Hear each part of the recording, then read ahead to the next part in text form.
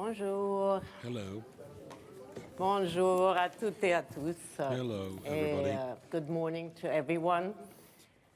Je suis très heureuse de vous I'm very retrouver glad pour cette to meet annonce you again toujours for très this attendue very de la expected sélection disclosure of officielle the selection, du official 77e selection of Festival the de Cannes. 77 J'ai Cannes du Film mal à Festival. croire qu'une année s'est déjà écoulée depuis Really mon premier hard to festival believe comme that présidente. a year has elapsed Et since on my dit first year toujours as rien president. aussi fort que la There's première fois. nothing as strong as Et the je dois first dire time. que Well, mon premier festival I restera must say gravé that pour my toujours first dans ma festival mémoire. will remember forever Mais and a une day in chose my m'a memory. frappé l'année One other dernière, thing struck me last que ce year. soit chez Ramatoulaye qui présentait Ramatoulaye, son premier long who métrage, was showing his ou first chez Martin feature, Scorsese, Martin qui est Scorsese, un grand habitué de is notre a tapis rouge.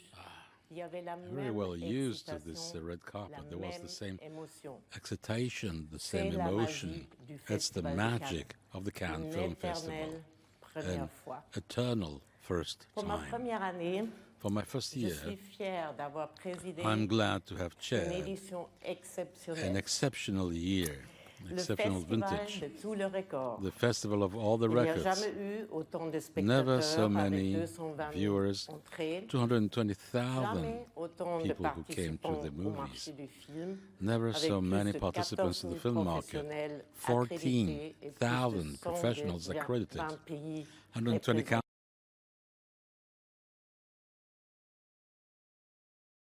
Et jamais autant d'audience à Never la fois such a sur large France 2, audience on qui a réuni the France 2 channel, 3,2 millions de 3.2 million téléspectateurs viewers. lors de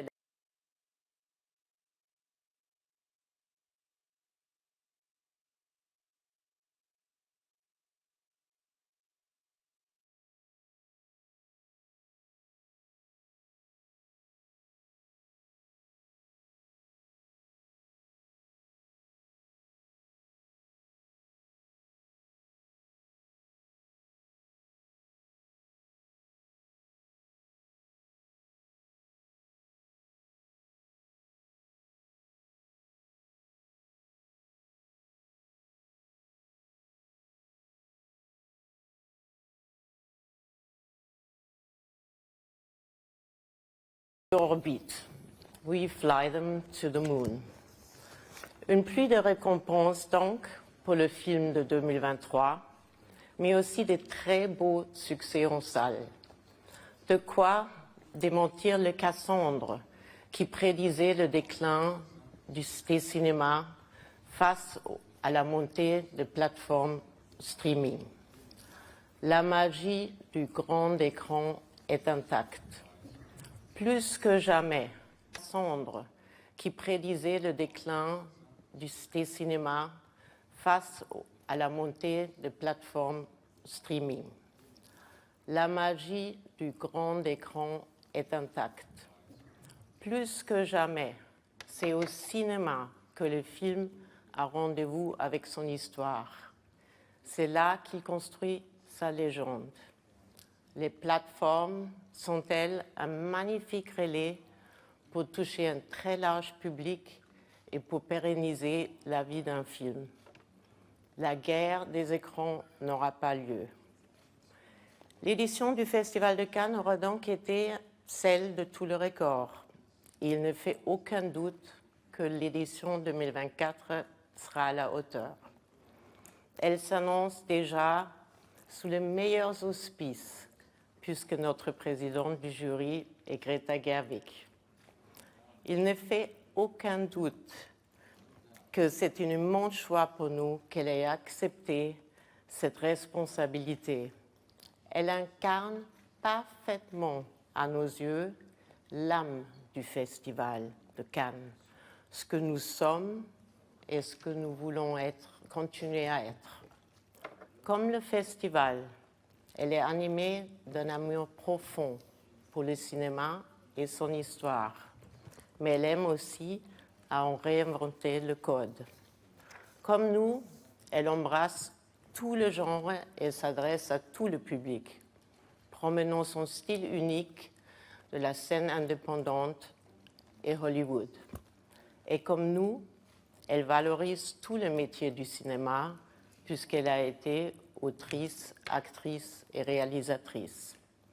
Greta Gerwig est une jeune femme libre, pleine de vie, d'idées et de talents. Nous sommes ravis qu'elle donne le ton pour cette édition 2024. Et notre maîtresse de cérémonie sera une autre femme, brillante et engagée. Camille Cottin, fierté française, dont le talent rayonne aujourd'hui bien au-delà de nos frontières. Que des femmes tiennent cette année le haut de l'affiche me réjouit tout particulièrement. Je suis très heureuse également que Xavier Dolan ait accepté de présider le jury d'un certain regard. Ce rôle lui va comme un gant, étant donné sa soif de découverte et sa passion pour les talents des autres. Célébrer le jeune prodige du cinéma, aussi bien que les légendes vivantes, a toujours été l'ADN du Festival de Cannes. Comme annoncé, nous remettrons cette année une palme d'or d'honneur à George Lucas, qui a fait entrer tellement de héros dans la mythologie cinématographique qu'il est devenu un mythe lui-même. Autre beau symbole de cette édition 2024, nous ouvrirons le festival au Palm Beach. Après le Carlton l'année dernière, voilà une nouvelle institution cannoise qui retrouve toute sa splendeur. C'est une grande joie pour nous de voir le festival et la ville de Cannes se développer main dans la main et continuer d'écrire ensemble la légende de la Croisette.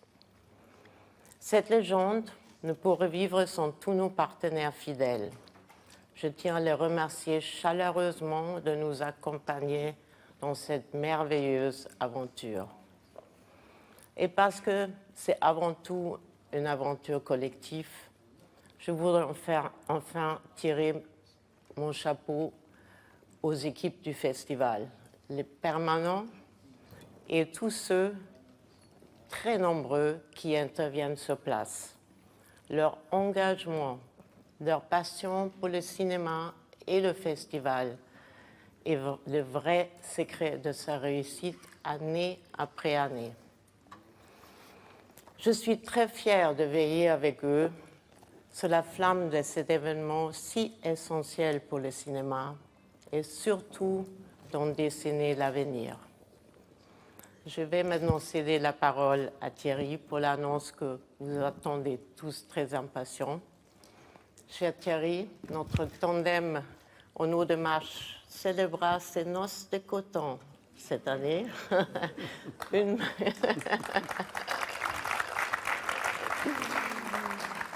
C'est une matière douce et résistante. J'ai aucun doute qu'elle sera encore une fois l'étoffe du succès pour cette année. Je suis vraiment impatiente de vous accueillir tous au festival très bientôt. Merci, merci Iris. Merci à vous tous d'être là, de vous être déplacés ici à l'UGC Normandie. Je voudrais remercier Brigitte Maccioni et UGC de nous accueillir comme chaque année.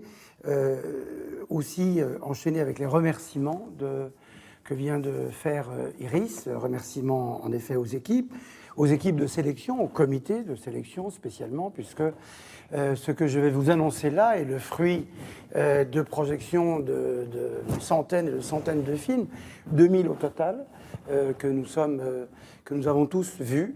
Et c'est un travail collectif, comme est un travail collectif l'organisation du Festival de Cannes, mais ça on aura l'occasion d'en reparler quand nous serons là-bas sur la Croisette. Mais ce collectif s'adresse aussi à vous tous et spécialement à vous, la presse, les journalistes. On approche des 80 ans du Festival de Cannes et on est à la 77e édition et on s'aperçoit quand on repart en arrière, quand on lit l'histoire du festival, on s'aperçoit qu'elle est intimement liée à l'histoire de la critique et à l'histoire de la presse, et que la critique et la presse font aussi le Festival de Cannes autant que les professionnels, les artistes, bien entendu, que nous célébrons, mais autant que les professionnels, les distributeurs, les vendeurs, les producteurs, les exploitants, etc., etc. Et il est important de le redire, même le traducteur, Michel Zlotowski, qui est ici comme chaque année, et dont je veux saluer la présence et le talent. Quand je parle aussi de professionnels, je voudrais avoir une pensée pour tous les Argentins, pour le cinéma argentin qui connaît de grandes difficultés, et vous savez que le Festival de Cannes, avec son marché du film et la programmation, possède un événement là-bas, co-réalisé avec les Argentins, qui s'appelle Ventana Sur, fenêtre sur le sud, et les difficultés économiques du pays font que ces difficultés sont aussi celles de son cinéma, et je voudrais les saluer, avoir une pensée pour eux, et là aussi, pas seulement les cinéastes, et on sait qu'il y a une belle génération d'artistes en Argentine, mais également tous les professionnels et vos collègues journalistes. L'an dernier, on avait dédié la sélection à Tom Ledy, qui venait de disparaître, et cette année, c'est à Michel Simon, qui était là tout le temps, face à nous, toutes ces années, qu'on voudrait dédier cette sélection. Michel qui a été membre du jury, comme Tom l'avait été, qui avait été membre du jury, qui était évidemment le fer de lance de la revue Positif et qui écrivait inlassablement sur les films, qui voulait voir absolument tous les films, qui étaient là dès 8h30 le matin. Il va nous manquer, comme nous manquera les gens de son envergure, mais nous savons qu'il y a aussi une jeune génération de critiques qui reprend le flambeau. La sélection, cette année, n'a pas été spécialement facile à faire. Chaque année après l'autre, Iris vient de souligner le fait que la sélection de l'année dernière était tout à fait réussie. Nous ne le savions pas quand nous étions là à cette place. On ne sait jamais ce que les films que nous avons aimés, que nous avons décidé de montrer, on ne sait jamais quelle sera leur fortune, leur postérité. Et il s'est trouvé qu'en effet, l'an dernier, la sélection a été très, très aimée. Bien entendu, on espère et on parie que ce sera le cas également cette année. Mais vous savez tous que le cinéma américain, par exemple, a été impacté par une longue grève issue de réflexions et de mouvements autour de l'intelligence artificielle tout à fait essentiels, qui ont vu les scénaristes et les comédiens se manifester pour préserver leur avenir et leur métier. N'empêche que, bien entendu, un arrêt de plusieurs mois dans l'industrie hollywoodienne se voit et impacte également le Festival de Cannes. Encore que, et pas seulement parce que Kevin Costner sera des nôtres, que George Lucas sera des nôtres, et qu'on a aussi beaucoup encore d'autres annonces à faire, le cinéma américain sera tout à fait présent. Et là aussi, une pensée pour un grand studio qui est Columbia, Sony Columbia, qui fête, après Warner, ses 100 ans cette année et qui les fêtera à Cannes. La sélection se compose des sous-groupes habituels avec cette nouvelle sélection à l'intérieur de la sélection que nous avons ouverte il y a quelques années, qui s'appelle Cannes Première, qui remporte un certain succès, puisque même pour les sélectionner à Cannes Première, il y a plus de candidats que de places disponibles, mais on est heureux que tout le monde ait compris que Le Certain Regard est une section où le jeune cinéma, ou le cinéma radical, expérimental, le cinéma de forme, le cinéma de recherche a toute sa place. Et puis Cannes Première, c'est une section où des cinéastes relativement reconnus, relativement vus à Cannes, viennent montrer leurs films sans autre enjeu que montrer leurs films. Le plaisir d'être en salle de Bussy et de projeter leurs derniers travaux au public et à la presse. Et en plus, il se trouve que, et c'est pas rien dans notre élan, nous aimons aussi que nos films soient vus et que les films de Cannes Première marchent en général très bien en salle. Je vais donc commencer par vous lire cette sélection en commençant par les séances spéciales et en terminant par la compétition. Oui, normal, parce que si je commençais par la compétition, vous vous intéresseriez pas au reste. Bon. Yolande Zoberman, la documentariste que vous connaissez, a fait un film qui s'appelle La Belle de Gaza. Et c'est La Belle de Gaza qui est le premier film sélectionné en séance spéciale. Un film qui raconte l'histoire des transsexuels palestiniens de Gaza qui passent de l'autre côté et qui vont à Tel Aviv vivre leur nouvelle identité. Inutile de vous dire que ce film a été filmé, écrit avant la guerre, mais qu'il prend une résonance assez particulière pour continuer d'explorer ce territoire douloureux de notre planète. Claire Simon, grande documentariste, a fait un film qui s'appelle « Apprendre ». Et comme on retrouvera ce thème dans quelques films, c'est un film sur l'éducation, c'est un film sur les enseignants, sur les enfants, mais sur les enseignants. Elle avait déjà fait des films sur les cours de récréation. Elle continue de suivre ce fil-là et c'est un film tout à fait fort et émouvant, comme l'est celui de Sergueï Loznitsa, le cinéaste ukrainien. Vous vous souvenez du documentaire qu'il avait fait sur Maïdan, vous vous souvenez des films de fiction qu'il avait fait au tout début de la guerre, quand dans l'est du pays, déjà il y avait un certain nombre de soubresauts politiques et militaires. Ce film-là s'appelle L'Invasion. Ce n'est pas un film sur l'invasion russe ou sur l'agression russe du territoire ukrainien, mais plutôt sur les conséquences et de ce qui se passe quand un pays est envahi par un ennemi. Raoul Peck, qui fut membre du jury, qui fut longtemps le président de la FEMIS, ici à Paris, c'est un cinéaste haïtien qui a gagné récemment un Oscar pour son documentaire sur James Baldwin et qui était déjà venu en compétition à Cannes, a fait un documentaire qui s'appelle Ernest Cole. Vous le connaissez peut-être pas, mais après avoir vu ce film, vous savez à quel point Ernest Cole était l'une des plus grandes voix de la photographie contemporaine, sud-africain exilé aux États-Unis, en Europe, dont on a redécouvert un certain nombre de clichés. Dans le nord de l'Europe, le film parle de ça aussi, de la restitution aux familles et aux ayants droit de l'œuvre de leurs parents. Et Ernest Cole était un extraordinaire photographe. Ce film ramène aussi le passé au présent, puisqu'il est bon de faire de temps en temps le passé, en l'occurrence étant celui de l'apartheid, pays dans lequel il a grandi. Et c'est tout à fait fort de revoir aujourd'hui ce qu'était l'Afrique du Sud de l'époque et le visage et la figure de Mandela qui traverse aussi le film est aussi quelque chose de très réconfortant à voir aujourd'hui. Daniel Auteuil, c'est tout à fait différent, c'est un film de fiction. Il nous dit que c'est son vrai premier film, après qu'il ait adapté quelques films de Marcel Pagnol. Et dans cette séance spéciale, en salle Agnès Varda ou en salle Buñuel, deux figures qui sont chères à l'histoire du Festival de Cannes. Son film s'appelle Le Film, c'est un polar avec Grégory Gadebois, avec lui, avec aussi Daniel Auteuil. Vous vous souvenez que l'an dernier, on avait montré là-bas le théorème de Marguerite. Petit film qu'on n'avait pas mis sur le côté, mais qu'on avait voulu au contraire intégrer et qui a connu une très belle carrière jusqu'au César décerné à l'actrice pour la meilleure révélation de l'année. Ça, ce sont les séances spéciales.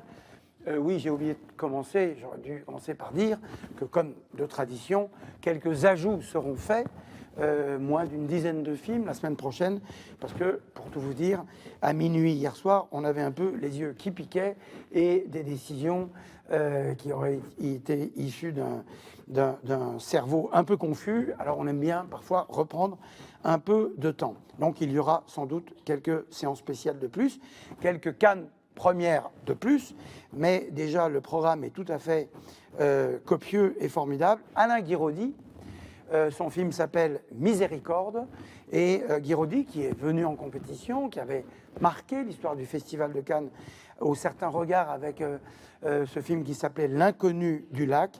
Là, Miséricorde, vous comprendrez pourquoi ça s'appelle Miséricorde quand vous verrez ce film, qui est un film évidemment sur la circulation du désir, des corps, des regards, spécialement entre les hommes. C'est pas moi, le film de Léo Carax, c'est pas moi, si c'est lui. C'est un film autobiographique, c'est un essai. C'est peut-être pas lui, c'est lui. C'est un véritable essai esthétique, comme le ferait un écrivain. C'est un film assez court, très fulgurant, très brillant, et qui nous permet, 2 ans après Annette, de voir revenir Léo Carax, qui avait fait l'ouverture de ce fameux, qui commence à devenir légendaire, festival que nous avions tenu pendant l'année de l'épidémie, en juillet 2020. Nabil Ayouch, le cinéaste marocain, son film s'appelle Everybody Loves Touda, et c'est l'histoire d'une femme, l'histoire d'une chanteuse, et la manière dont parfois, et dans une certaine histoire du Maroc, dans une certaine conception culturelle et politique du Maroc, les chanteuses étaient précisément considérées comme autre chose que les chanteuses et ne pouvaient pas tout à fait accomplir complètement leur vocation d'artiste. Emmanuel Courcol avait été sélectionné dans cette sélection de 2020 dont je parlais, dont on n'avait pas pu montrer le film. Ça s'appelait Un triomphe avec Kad Merad, pardon. Celui-ci s'appelle En fanfare et c'est avec Benjamin Laverne et Pierre Lutin et il sera donc montré à Cannes Première. On est heureux d'accueillir physiquement désormais Emmanuel Courcol. Ritipan, Rendez-vous avec Pol Pot, évidemment le titre dit un peu tout de ce film de fiction qui n'en est pas tout à fait un puisque Riti continue l'exploration de l'histoire de son pays, dont il a, à l'image de ce qu'a fait Claude Lanzmann pour la Shoah, il a ajouté le cinéma à l'histoire même de ce qu'il racontait par les archives, mais par une réflexion menée de... C'est moi qui fais du bruit, menée de longue date. Et là, c'est un film qui raconte une histoire vraie, la manière dont les Khmers rouges, après s'être emparés du pays, faisaient venir la presse étrangère pour dire à quel point le pays était formidable. Et la presse en question se rendait assez vite compte qu'il n'y avait pas tellement de monde à Phnom Penh. Et voilà, ce film sera présenté à Cannes Première. On est content de voir revenir Ritipan à Cannes. Et puis, le roman de Jim, c'est le film des frères Larieux. On aime bien les frères de cinéma, Arnaud et Jean-Marie Larieux, qui, fidèles au roman qu'ils ont adapté, sont allés tourner dans le Jura avec Karim Leclou, Sarah Giraudot, un plein de personnages provinciaux, eux aussi, à l'image de Alain Guiraudy, visitent une histoire du pays, une histoire de la France, qui n'est pas toujours celle d'un cinéma parisien. On sait que le cinéma français est toujours un peu parisien, et bien pas avec Alain Guiraudy, pas avec les Larieux, et ils sont donc là, eux aussi, de retour. Ils étaient en compétition avec Peindre ou faire l'amour, si vous vous en souvenez. Ils avaient montré leur comédie musicale également il y a quelques années. Les voilà de retour avec le roman de Jim. Les séances de minuit, qui sont des séances tout à fait... Il y a un bruit là, non? Oui, c'est différent. C'est moi? C'est pas moi, hein? Moi, je touche rien. Non, c'est quelqu'un qui a un micro dans la main et qui ne se rend pas compte que... Non? Non. Moi, je dis que c'est pas moi, mais bon. Les séances de minuit, donc. Il y en a 4. Et c'est toujours une fête magnifique pour aussi accueillir à Cannes un cinéma dont on pouvait penser il y a quelques années qu'il n'avait pas sa place à Cannes, alors qu'il l'a tout à fait. Par exemple, le film de Hong Kong de Tsoi Chiang, Twilight of the Warrior World Inn, qui est un film de bagarre hongkongais, un film de genre, qui, comme l'autre film qui s'appelle I, The Exécutionnaire, le film de Song Wang-ryo, qui est un film coréen, ce sont deux films de genre qui sont aussi des grands films de metteurs en scène. Encore une fois, comme les comédies, s'il n'y a pas de la mise en scène, ce sont des films qui auraient du mal à exister, qui existent par la mise en scène, qui existent par le cinéma, qui existent que par la manière dont ces films-là s'inscrivent aussi dans un genre et dans une histoire. Cannes n'a jamais boudé le cinéma de genre, a toujours pensé que les grands réalisateurs de romans, de films policiers, de films de sabre, de comédie, étaient aussi de grands metteurs en scène. Il y a vachement de bruit, mais je ne bouge pas. Hein. Non, c'est pas moi. Ça, hein. Si, toujours. Et puisque je parlais de cinéma de genre, et que j'ai Frédéric Cassoli face à moi, qui est une manière... Vous passez très très bien Ouais. à la radio et à la télé. Qui est une manière de dire qu'il y a aussi en France l'un des rares festivals du monde entièrement consacré à la comédie, qui est à l'Alpe d'Huez, qui est un beau pays. Ça, c'était les séances de minuit. Hors compétition, en effet, Mad Max 5, Furiosa, une saga Mad Max de George Miller. On l'a déjà annoncé parce qu'on n'a pas pu se retenir, ni Warner non plus. Je voudrais remercier Warner parce que c'est un studio extrêmement fidèle à Cannes, pas seulement parce que Iris, à mes côtés, a longtemps dirigé, a longtemps été l'une des dirigeantes de ce studio, mais ça continue. On avait fait l'ouverture avec Baz Luhrmann et Gatsby le Magnifique. L'ouverture plein également de films. Et là, c'est Furiosa qui sera montré le premier mercredi, donc le lendemain de l'ouverture de Cannes. Et accueillir George Miller, c'est pas accueillir un auteur de blockbuster, pas plus que rendre hommage à George Lucas et uniquement celui qui a inventé la saga Star Wars. Ce sont des grandes imaginations qui sont venues nourrir de manière très contemporaine le cinéma de personnages nouveaux, d'histoires nouvelles. Et ça donne ce Furiosa très envie, pour ceux qui ne le font pas chaque année, et c'est un tort, de retourner à la saga Mad Max et de revoir les premiers épisodes pour se dire, mais comment, à partir de ce type qui s'énerve un peu là dans Mel Gibson, dans Mad Max 1, on est arrivé à tous ces Mad Max. Et voilà, donc on est content d'avoir George Miller. On a également annoncé Horizon 1, la première partie d'une saga américaine dirigée par Kevin Costner, qui est l'acteur qu'on connaît, mais qui est aussi un très grand metteur en scène. Souvenons-nous de Danser avec les loups de Open Range. Et il est parti dans une longue adaptation d'une vision de la conquête de l'Amérique. C'est un western dont il faut dire qu'avant d'être un genre cinématographique, ce fut un genre littéraire.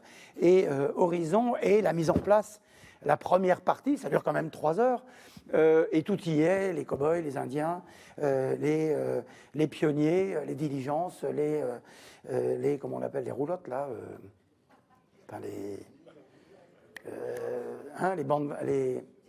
les caravanes. Voilà, pour penser à John Ford et à William Wellman. Mais justement, il y a quelque chose d'une belle obstination chez Kevin Costner de continuer à visiter l'histoire de son pays. Sienna Miller, qui fut au jury il y a quelques années, on aura plaisir à la retrouver. Elle figure dans ce film-là. Peter Chan est un cinéaste chinois et le film s'appelle She's Got No Name. C'est un film qui fera également revenir Zhang Ziyi sur la croisette. C'est la plus grosse production chinoise de l'année. Ils ont bloqué les rues de Shanghai pendant quelques mois.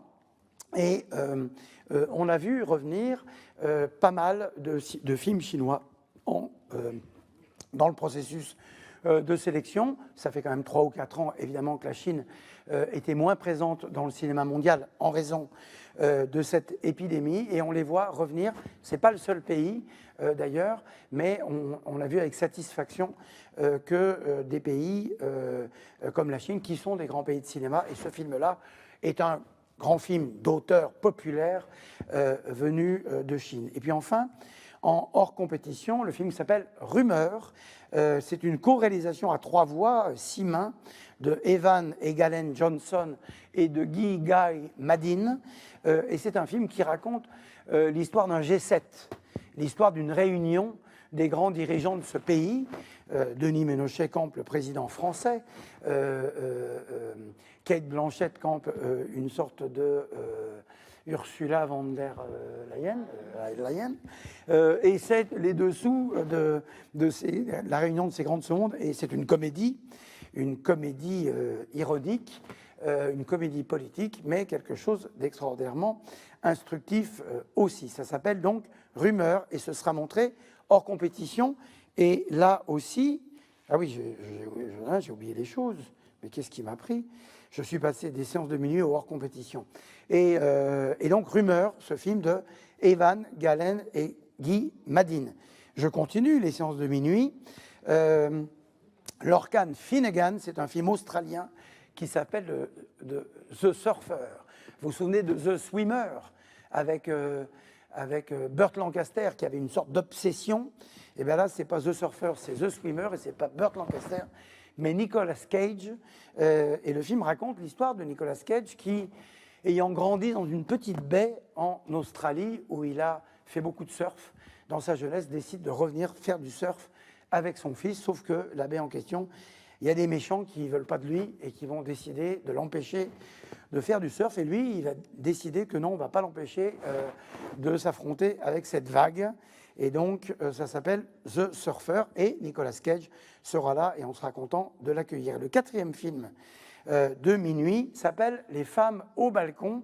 Et c'est la 2e réalisation de Noémie Merlan, actrice française, oui, mais on va dire réalisatrice française, puisque son premier film, Yubita, mon amour, avait été également en sélection officielle. Celui-là est assez différent. Elle avait fait un premier film avec les moyens du bord, et ça avait l'allure des moyens du bord. Ça en faisait la qualité, ça en faisait la force. Et Les femmes au balcon est une comédie féministe qui se passe à Marseille. Donc, ça n'est pas une comédie féministe marseillaise, parce que Iris m'a dit « ne dis pas comédie féministe marseillaise ». Bon. Donc, c'est une comédie féministe qui se passe dans cette belle ville de Marseille. Et Noémie Merlan et sa scénariste Céline Sciamma ont organisé toute une série d'événements, tous plus loufoques les uns que les autres. Et on voit une Noémie Merlan changer par rapport à son premier film, de style, mais pas de conviction, et en tout cas pas de désir de cinéma, puisque c'est un film tout à fait fort, un film de cinéma qui s'appelle donc Les femmes au balcon. J'ai rien oublié, Fred? Non, ça va, bon. Donc, je passe aux certains regards, dont je vous disais tout à l'heure que nous n'avons jamais cessé d'en faire ce qu'il a été lorsque Gilles Jacob, pour lequel nous avons une pensée, l'a mis en place lorsqu'il est arrivé, c'est-à-dire le jeune cinéma, un cinéma de recherche formelle, un cinéma aussi très universaliste, avec des pays représentés venus du monde entier, comme par exemple Nora, le film de Taoufik Al-Zaidi, qui est un film venu d'Arabie Saoudite. Je parlais tout à l'heure du film de Claire Simon sur l'enseignement. C'est aussi un film d'Arabie Saoudite, de désert, de sable, de paysages, mais aussi, comme on voyait dans le cinéma américain des années 30 ou 50, l'histoire d'un professeur, l'histoire d'un enseignant et l'histoire d'une jeune fille, donc Nora. Et je voudrais préciser que l'Arabie Saoudite possède aussi désormais un festival qui s'appelle le Red Sea Film Festival, qui dit aussi la conviction de ce pays pour ce qui concerne le cinéma. The Shameless est un film, comme ne l'indique pas le nom de son metteur en scène, Konstantin Bojanov, est un film indien, ou en tout cas qui se passe en Inde, et l'Inde est un grand pays de cinéma en général, mais aussi un grand pays de cinéma contemporain. Et vous allez voir que dans cette sélection, il y a le retour assez fort de l'Inde. Julien Colonna, Le Royaume, est un film français, c'est un premier film. C'est la première entrée française au certain regard.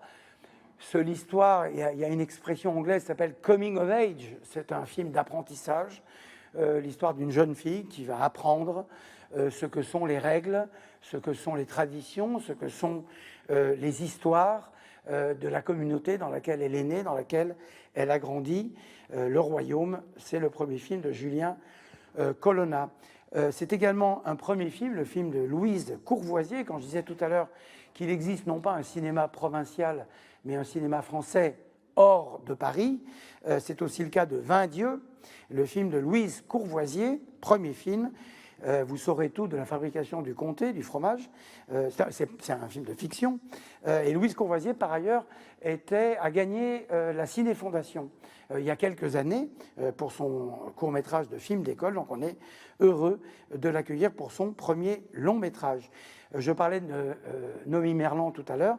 Laetitia Doche, la comédienne suisse que vous connaissez, réalise également son premier film, qui est aussi une comédie qui s'appelle Le procès du chien. Bah oui, C'est un chien qui passe en procès dans ce monde où de plus en plus on est à vouloir interroger la justice pour telle ou telle raison.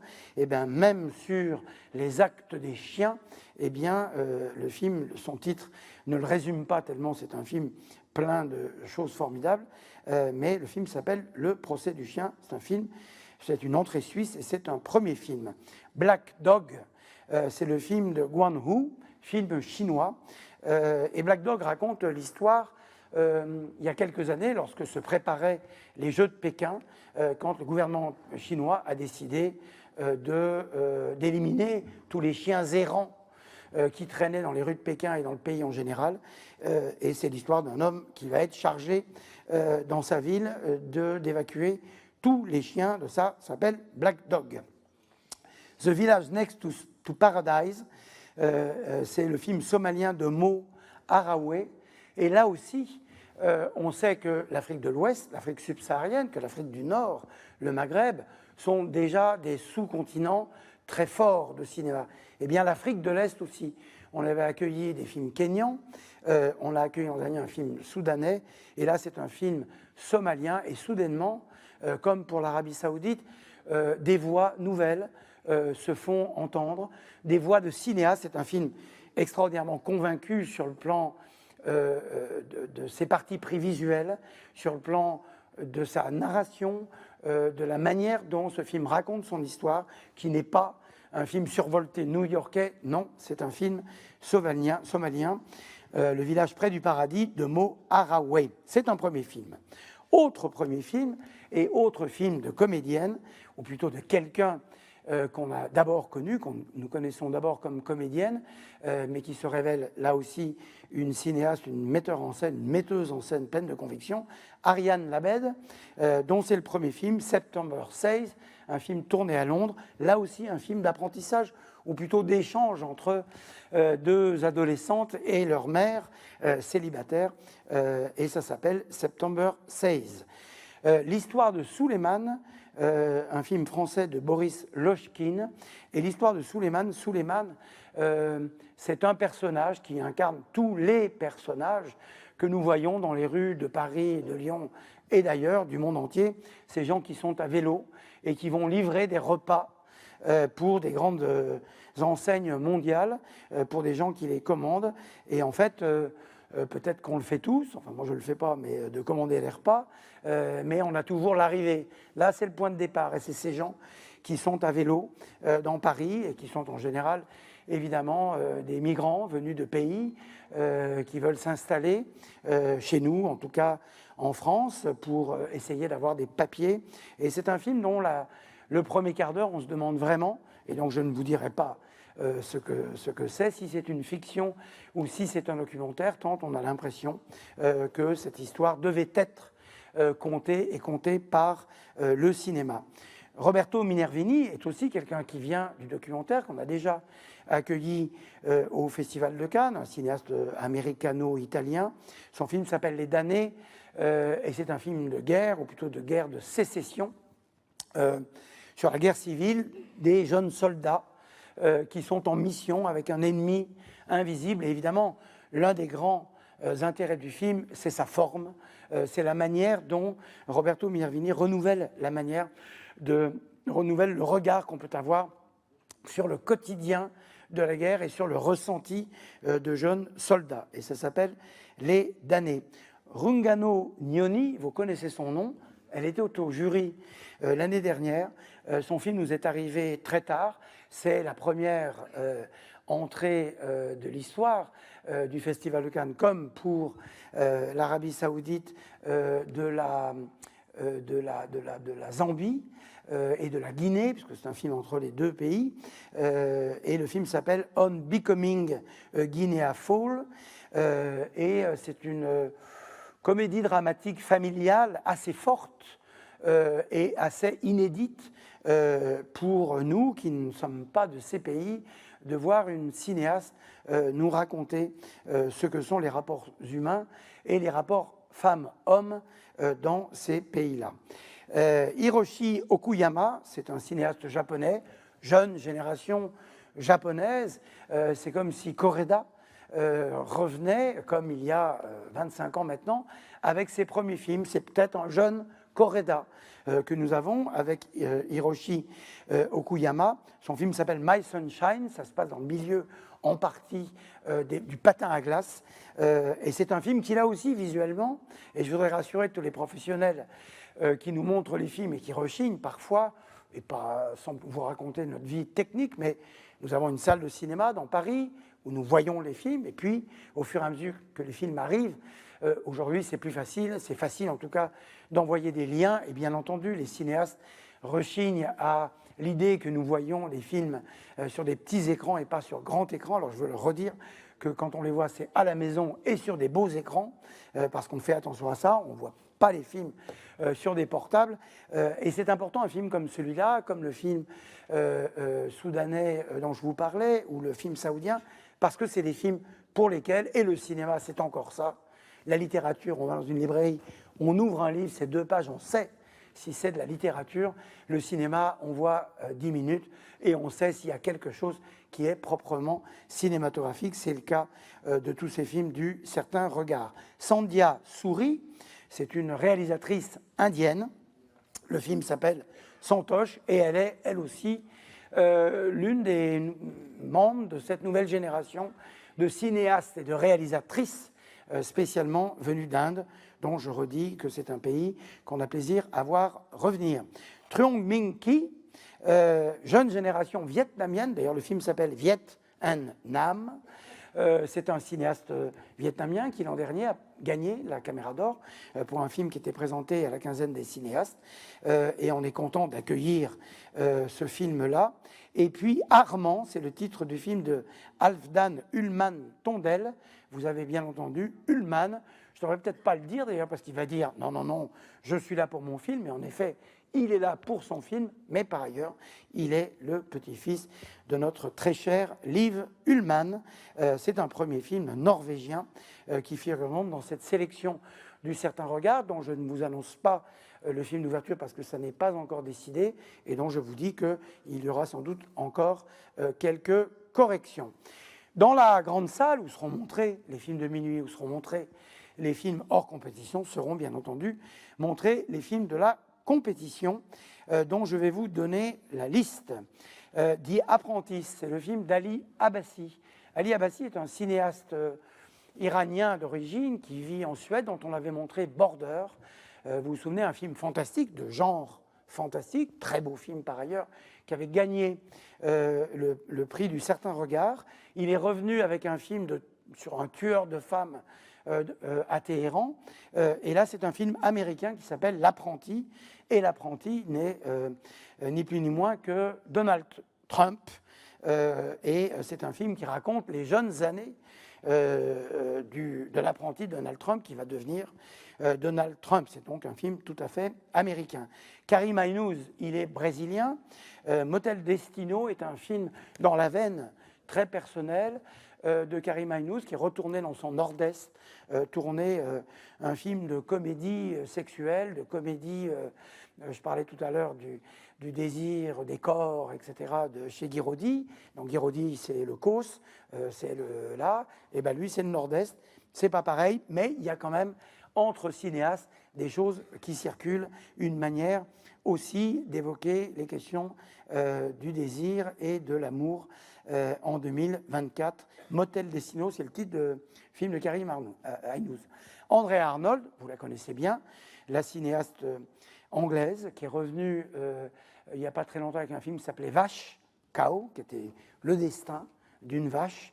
Là, le film s'appelle Bird et ce n'est pas le destin d'un oiseau, c'est le destin, là aussi, récit d'apprentissage d'une jeune fille dans une banlieue anglaise et qui va essayer de s'évader de la fatalité sociale à laquelle sa naissance l'a destinée.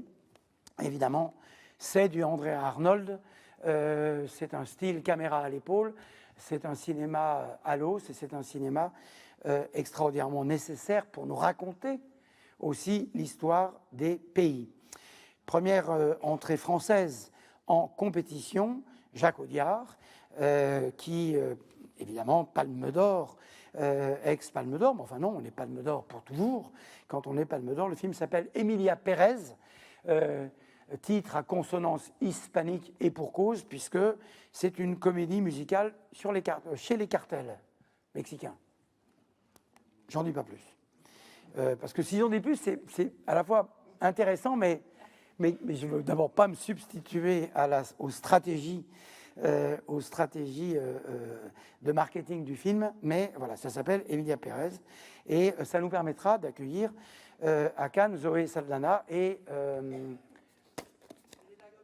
Selena Gomez, pardon. Et pardon Selena, mais on est content de les accueillir. Sean Baker, jeune nouvelle vague américaine, qui revient avec un film qui s'appelle Anora, entrée américaine. Ali Abbasi est un film américain. Sean Baker est un film tout à fait américain, comme l'est celui de Francis Ford Coppola, qui est donc de retour à Cannes, avec ce film dont vous connaissez presque tous déjà le titre, puisque ça s'appelle Mégalopolis, et on est très heureux d'accueillir celui qui fait partie du club assez fermé des réalisateurs ayant gagné 2 Palmes d'Or, et les siennes étaient pour La Conversation avec Gene Hackman et Apocalypse Now. Apocalypse Now, qui fut Palme d'Or en 1979. Et c'est le film que Francis voulait faire de très très longue date, et on est évidemment très heureux qu'il nous ait fait l'honneur de venir présenter ce film à Cannes. Cannes est cher à son cœur, mais lui, il est cher au nôtre de cœur, Francis Coppola. Donc on l'attend. Ça a été annoncé, il y a des dates qui ont été annoncées, on verra bien tout ça. Christian Jeune, dont je n'ai pas parlé, mais je remercie l'équipe, mais je veux spécialement remercier Christian Jeune et Stéphanie Lamôme. Christian Jeune commence dès aujourd'hui toutes les questions de grille et de programmation. David Cronenberg, The Frauds, est un film où il évoque, le film s'appellera, je crois, Les Linceuls en titre français, et c'est un film qui évoque la perte d'un être cher. C'est un film qui voit réunis Vincent Cassel et Diane Kruger, et on est heureux évidemment d'accueillir David Cronenberg. Et c'est drôle que l'ordre alphabétique fasse succéder à David Cronenberg, qui a commencé dans le cinéma de genre, dans le cinéma d'horreur, dans le cinéma qui fait peur, de voir succéder le nom de Coralie Farja, deuxième entrée française dans cette compétition, deuxième entrée française pour un film complètement américain qui s'appelle The Substance, film produit par Eric Fellner, film qui est un film d'un studio Universal, je crois, je ne voudrais pas faire d'erreur, avec Demi Moore, qu'on verra, qu'on accueillera à Cannes, on est content, et Margaret Qualley, qui était dans le film de Claire Denis. Là, on est dans un film de genre, dans un body horror assumé, dans un film gore assumé. Mettez des protections, parce qu'à la fin, il y a quand même pas mal de sang sur l'écran, dont on a le sentiment qu'il traverse justement l'écran. Et le cinéma de genre, et a fortiori un cinéma de genre fait par une réalisatrice, et une pensée évidemment pour Julia Ducournau, mais Coralie Farja, qui se signalait par une première entrée avec un film qui s'appelait The Revenge, fait son entrée en compétition. Je disais tout à l'heure que quand on fait du cinéma de genre, il faut qu'on soit un grand cinéaste pour que ça marche justement, le genre. Et c'est le cas de Coralie Farja. En tout cas, en avons-nous jugé pour estimer qu'elle avait complètement sa place dans la compétition. Cette année, Miguel Gomes, cinéaste portugais, grand tour, première sélection, première arrivée en sélection officielle de Miguel Gomes, et en compétition. C'est un des films qu'on a vu les plus tôt dans l'année, on l'a vu quasiment fin novembre ou même en novembre, et on est content d'accueillir Miguel Gomes, film en partie en noir et blanc et en couleur, film d'une grande virtuosité visuelle, et qui nous permet d'accueillir l'une des voix très singulières du cinéma d'auteur européen, et en l'occurrence portugais. Christophe Honoré, son film s'appelle Marcello Mio. Et Marcello Mio, c'est Marcello Mastroianni, dont par ailleurs, je crois que ça n'a rien à voir, mais nous célébrons les 100 ans de la naissance.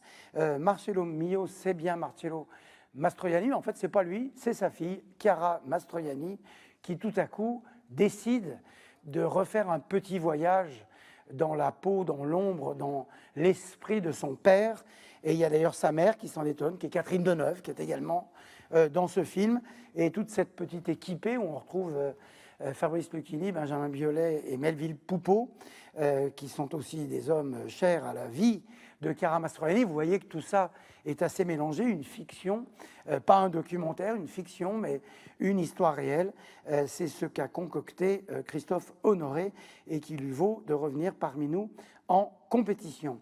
Jia Zhangke, je parlais de la Chine tout à l'heure, le grand maître chinois Jia Zhangke, qui a eu aussi à traverser le Covid dans un pays qui a eu d'autres stratégies que le monde occidental, mais qui n'a pas cessé de travailler, de s'occuper lui-même d'un grand festival, le festival de Pingyao, et il revient en compétition avec un film qui s'appelle Caught by the Tide, qui est un film qui, là aussi, fidèle au style Jia Zhangke que nous connaissons, est un film d'une grande fluidité narrative à l'intérieur d'un mélange d'images d'archives, d'images de fiction, d'images de vidéo, d'images au contraire incroyablement travaillées et qui dit de la Chine quelque chose qu'on n'a pas l'habitude forcément de voir.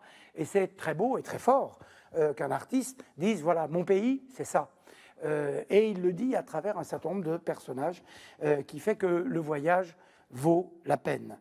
Payal Kapadia est une réalisatrice indienne. Elle arrive en compétition.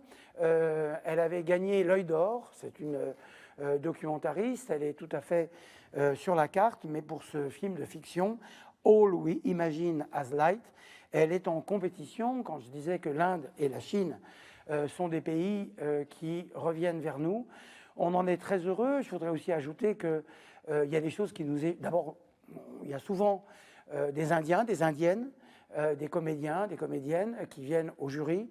On fait toujours très attention à ces sous-continents, ces subcontinents que sont Chine et Inde, parce que ce sont historiquement des grands pays de cinéma. Il y a autre chose, c'est aussi que ce sont de grands pays de communicants, de grands pays qui ont embrassé complètement ce que sont les réseaux sociaux, la manière de communiquer, la manière de dire les choses. Et il y a parfois, même à nous, des événements cannois dont l'importance nous échappe, mais qui est tout à fait forte dans ces pays-là, en Inde ou en Chine. C'est souvent Renaud Levon Kim de chez Brut, notre partenaire, qui nous le dit, parce qu'il est assez fort en Inde, et il nous dit, mais là-bas, vous ne vous rendez pas compte à quel point le Festival de Cannes est important, et c'est pareil pour la Chine, c'est pareil d'ailleurs pour plein d'autres pays, des choses qui, dans notre peut-être ethnocentrisme occidental, font que ça nous échappe un peu, mais c'est tout à fait important. Et j'espère que, comme nous, vous célébrerez l'arrivée de Payal Kapadia en compétition. Yorgos Lanthimos était venu, ce n'était pas son premier film, mais c'est peut-être la manière dont il avait été vraiment découvert, ou certains regards, avec Tis, eh bien, revient en compétition avec Kinds of Kindness, un film qui est déjà prêt. Il y avait Mother, non, comment ça s'appelait Poor Things l'année dernière, pour lequel il est allé chez nos collègues de Venise, et puis ensuite dans la saison des récompenses. Et là, ce film s'appelle Kinds of Kindness. Il retrouve son actrice fétiche Emma Stone, et ainsi que Willem Dafoe, qui était déjà dans Poor Things. On est heureux de l'accueillir à nouveau, Yorgos Lanthimos. Troisième entrée française dans cette compétition, Gilles Lellouche. Son film s'appelle L'amour ouf. Gilles Lellouche avait un peu, enfin beaucoup même, marqué les esprits lors de sa première apparition en sélection officielle, hors compétition, Le Grand Bain. Et bien là, il va se lancer dans le grand bain de la compétition. C'était son grand projet, L'amour ouf, que nous avons vu très tardivement et qui se retrouve en compétition pour son troisième long métrage, je crois, parce qu'il avait réalisé des choses avant Le Grand Bain, donc L'amour ouf. Agathe Ridinger, c'est une Française, c'est un premier film, Et le film s'appelle Diamant brut. Je ne vais pas dire que c'est la petite fille des Dardennes, autre petite pensée que nous avons, ou une petite nièce du sud de la France. Et à la Rosetta de la Belgique succède ce personnage d'une jeune fille. Et là, on revient aussi à un récit d'apprentissage de cette jeune fille que la caméra très virtuose de Agathe Ridinger suit, de cette jeune fille qui a des rêves, qui a des utopies, qui veut s'accomplir. Cet accomplissement passe beaucoup par une deuxième existence virtuelle sur les réseaux sociaux. Et c'est un film extrêmement contemporain, extrêmement moderne, et dont on a décidé, chère Agathe, que je ne connais pas, d'inviter en compétition parce qu'il nous a semblé que ce film avait la force pour que Cannes continue aussi d'être une terre de découverte où nous posons des noms, des pays, des genres inconnus sur la carte. Et après, nous tous, avec vous compris, eh bien, nous en faisons l'expérience de voir si nos choix ont été les bons ou pas. Et quand ils ne sont pas bons, d'ailleurs, vous ne vous privez pas de nous le dire. Paul Schrader, il était venu pour Mishima, donc ça fait très très longtemps que Paul Schrader, qui est à la fois un grand scénariste, vous vous souvenez tous évidemment de Taxi Driver, mais qui est surtout un grand metteur en scène et aussi un très très grand cinéphile bressonien, retrouve Richard Gere pour un film qui s'appelle Au Canada, qui sera le dernier scénario tourné de Russell Banks, disparu l'année dernière. Scénario tourné parce qu'il avait un projet avec Bertrand Tavernier, Russell, d'un scénario d'un film qui ne s'est pas monté. Et là, Richard Gere et Uma Thurman sont les personnages, sont les comédiens de cette comédie funèbre, mais pas triste, cette comédie sur le vieillissement, sur le retour sur la jeunesse, sur le retour sur une vie et sur ce qu'ont été les occurrences de cette vie et les erreurs parfois qu'on a pu faire. Et on est heureux d'accueillir Paul Schrader, Uma, évidemment, qui fait partie de la famille, et Richard Gere, qu'on n'a pas vu depuis longtemps, et dont je veux vous dire qu'il n'a rien perdu de tout ce qu'il était, un grand acteur. Kirill Serebrennikov, il passe de la femme de Tchaïkovski à Limonov, autre personnage russe. Serebrennikov est un cinéaste que nous avons découvert au Certain Regard, qui est venu régulièrement.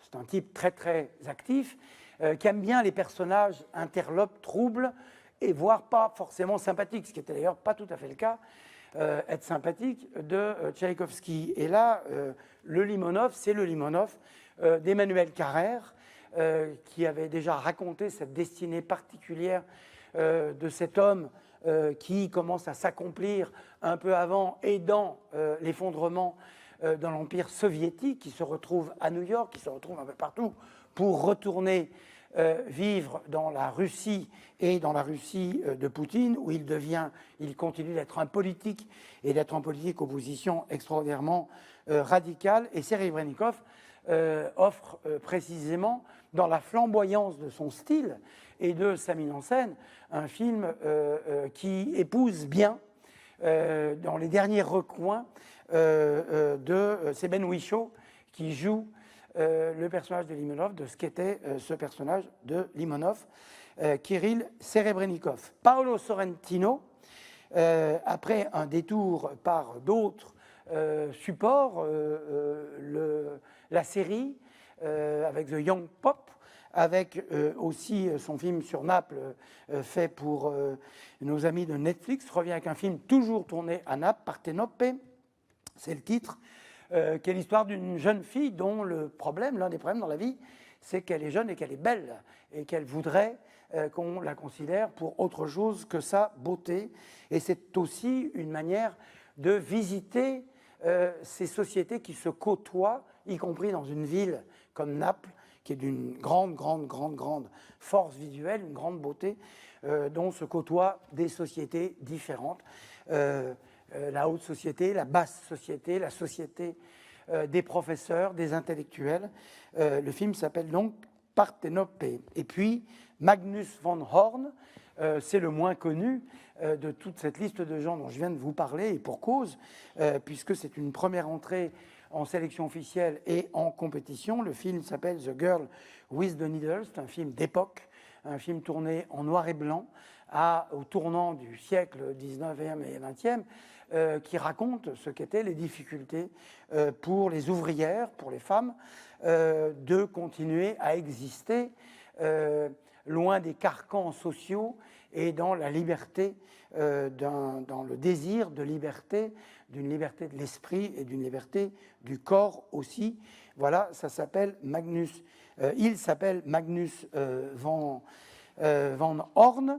Nous ajouterons peut-être aussi, puisque là on n'est pas aux 22 films habituels qu'il y a en compétition habituellement, donc dans les petites réflexions que nous allons mener dans les jours à venir, il y aura aussi la compétition. Le festival sera refermé le samedi 25 mai. Comme il est coutume que je parle de Bruce Springsteen, ça sera donc le jour du concert de Bruce Springsteen à Marseille, ce qui ne va pas du tout. Il aurait dû le faire le lendemain. Je lui en ai parlé au Golden Globe, puisqu'il était nommé pour une chanson. Il m'a dit « ça ne va pas du tout, je vais repousser mon concert au lendemain ». Je savais qu'il n'en ferait rien, mais c'était bien de lui demander quand même. Et le festival de Cannes sera ouvert avec Quentin Dupieux. Le film s'appelle Le Deuxième Acte. Ça a déjà été annoncé. Nous aurons sur le tapis cannois Vincent Lindon, Léa Seydoux, Louis Garrel et Raphaël Quenard. Le film fait 1h15, 1h20. Je dis ça parce qu'il y a toujours des gens qui disent c'est combien la durée des films. Vous ne la trouverez pas dans le dossier de presse, mais vous verrez bien, en tout cas celui-là je vous le dis, il fait 1h15, 1h20. C'est une comédie à la Quentin Dupieux tout à fait réussie qui nous mettra tous non seulement, je crois, de très bon esprit, belle humeur pour vivre ces 12 jours de festival, mais pour, avec un film comme ça qui repose beaucoup sur le cinéma, les dialogues, les plans séquences, les travelling avant, les travelling arrière, c'est un film qui parle de cinéma, un festival dont avec Iris et toute l'équipe, nous avons décidé qu'il sera pacifique, pacifié, joyeux, généreux et qu'on ne parlera que de cinéma. Merci à tous. Bravo Thierry.